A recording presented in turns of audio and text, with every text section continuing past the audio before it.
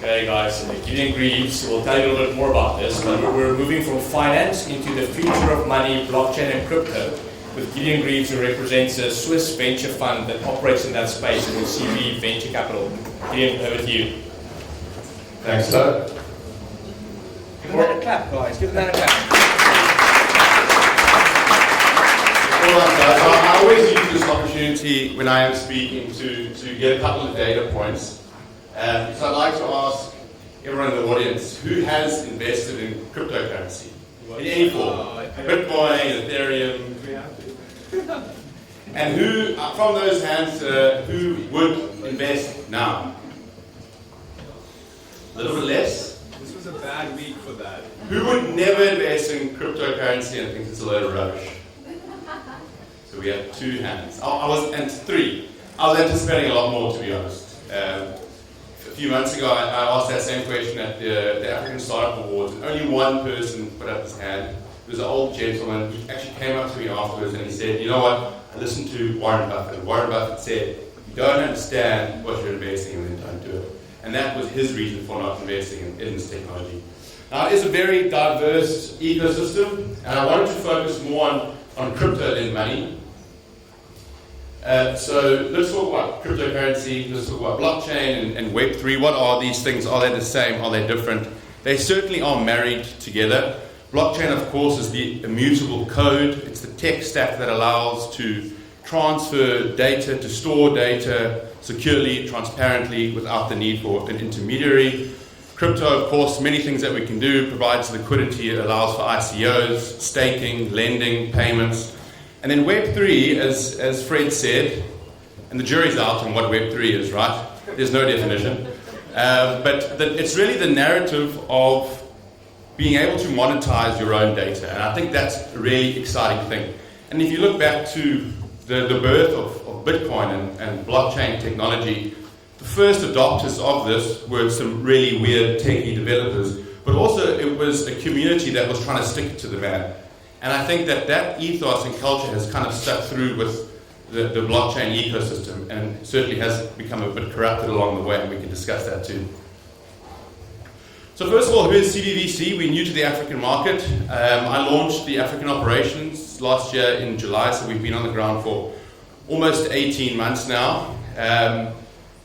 It really says it in the name, Crypto Valley Venture Capital. So we're based out of the Silicon Valley of the space in the canton of Zug in Switzerland, launched back in 2016. They've got a very robust regulatory framework there. In fact, today you can actually pay your taxes in Bitcoin in Switzerland. And it's the birthplace of Ethereum, of course. So that really allowed to create this thriving kind of ecosystem in the space. In a nutshell, we're really venture capital with a plus. And I think the first speaker mentioned how there's investors and startups are not always aligned. And we try to mitigate that gap as much as possible.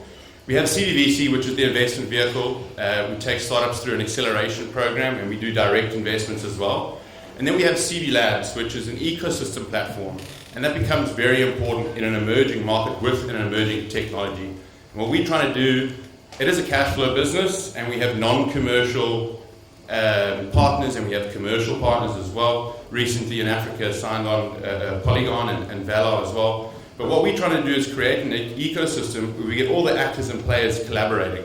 So that's the African Reserve Bank that we're engaged with. That's the FSCA that we're engaged with, and we're sharing information.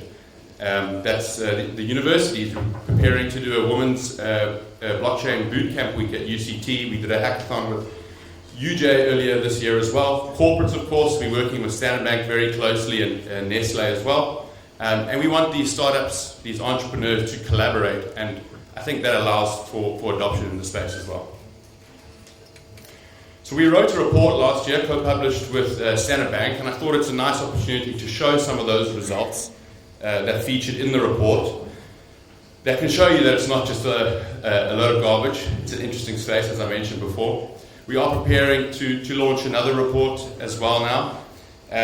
We launched the first African blockchain report during the World Economic Forum in Davos in May. And this year we'll be launching, of course, a lot earlier in the year.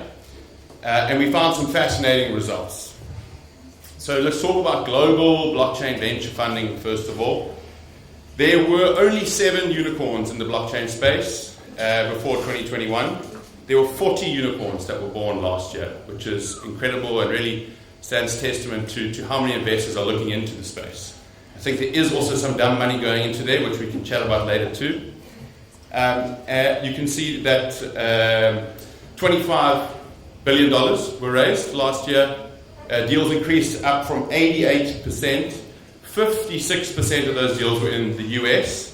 And I think we can really see that. And we can talk about FTX a little bit later as well. And those investors obviously not doing too much due diligence. 79% is early stage. And I think that shows the space that we're in. 25% of venture dollars went to exchanges, and that's been an interesting space this year as well. And then the 2 buzzwords for 2021, DeFi and NFT. So DeFi investments went up 851%. NFT investments up almost 13,000%. The headquarters of our business in Switzerland, the canton of Zug, we hit a market cap of the companies that are headquartered there of $500 billion during the course of 2021. Of course, that has decreased now. Let's talk about Africa, right? So I think if you look at the power and the reputation of our business in Switzerland, the founders sat together and they thought, let's go global. Let's create a global ecosystem. Where can we go next? And they decided to come to Africa, which I think is really encouraging about the outset of the African market.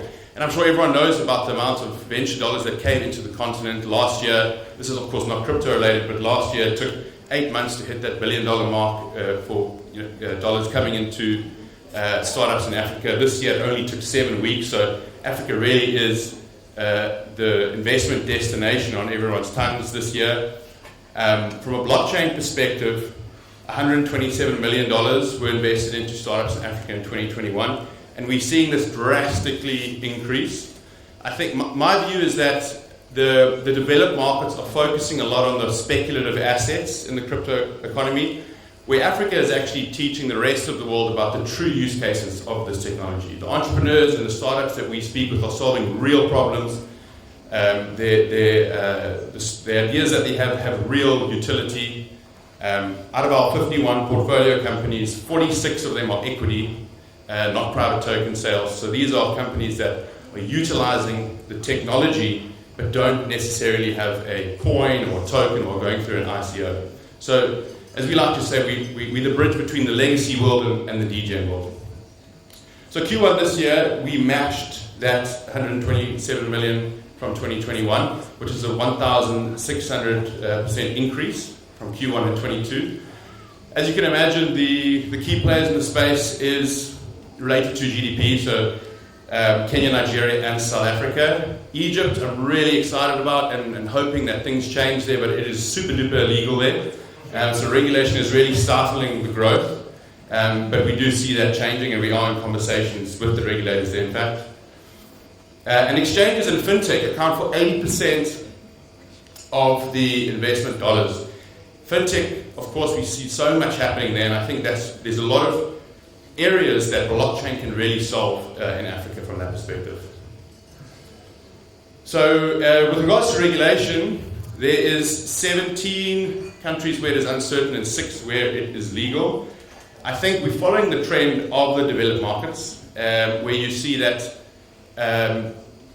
governments tend to look at this in a very uncertain manner, but it does tend to change. So it's not something that we are worried about. In fact, we see it as an opportunity, of course, as an investor, to be the first movers in the space.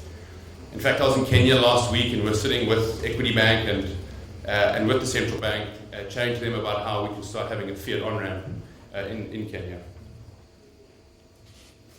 So what now? Of course, a lot of stuff has gone down. FTX, we saw that was a hell of a conundrum. What is going to happen? And I think, of course, FTX, that's one really bad apple. That's not related to cryptocurrency, but is certainly taking advantage of the hype in the space. I can't believe the auditors didn't pick that up, or who those auditors were. Maybe there should have been OCFO to do an independent review there. Crypto, venture capital, I think will slow down. I think we will start seeing a lot more stringent due diligence processes. I think that we'll start investing in a lot stronger use cases where there's real utility, not these theorized businesses that might work in 2030 with an awesome pitch deck and a really cool website.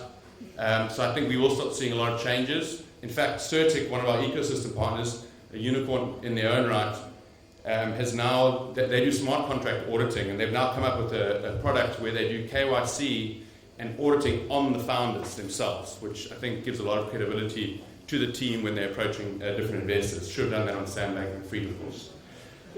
Regulation, I think, is going to come a lot sooner, which I'm excited about. I think we want to work with the regulators. We want to bridge the gap between Web 2 and Web 3.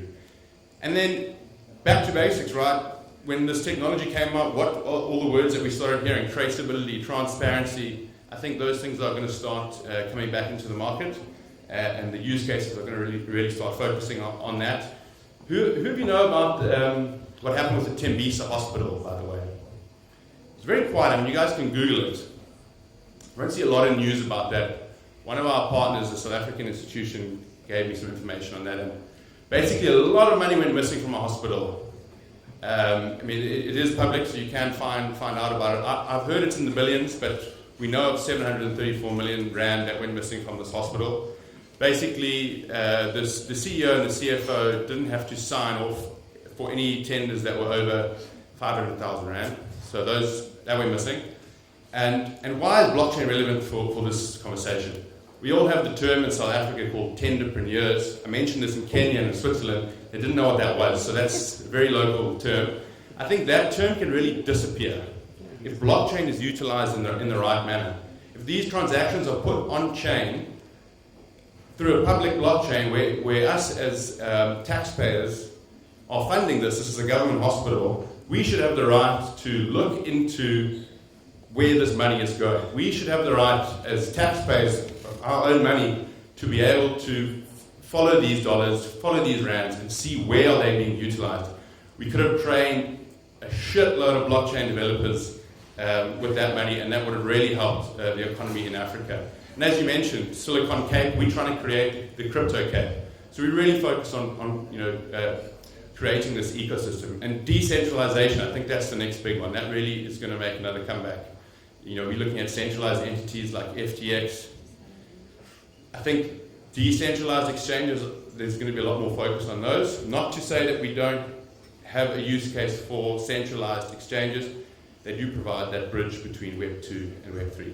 But it's an exciting space. As you can tell, I'm very passionate about it. We can go on for a very long time. If you want to chat about it, you're more than welcome. We have a fund that we focus on investing in 100 early stage startups in Africa. It's very evident to us that there isn't a lot of funding. There isn't a lot of funding in Africa for early stage startups. You're finding a lot of the funds are going to these validated growth rounds, Series A and above, and that's where we've seen the likes of Blackstone and SoftBank and Tiger Global into the market for the first time this year. So we're really focusing on supporting entrepreneurs at that really early stage, and that's, as an investor, that's where we see opportunity. We've invested in 12 startups, some really strong use cases, mobile money, international remittance.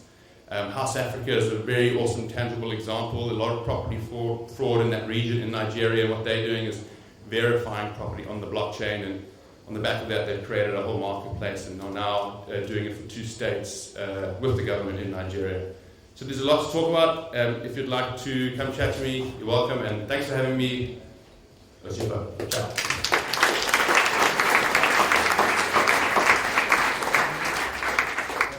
Sure. Is anyone else spinning from that?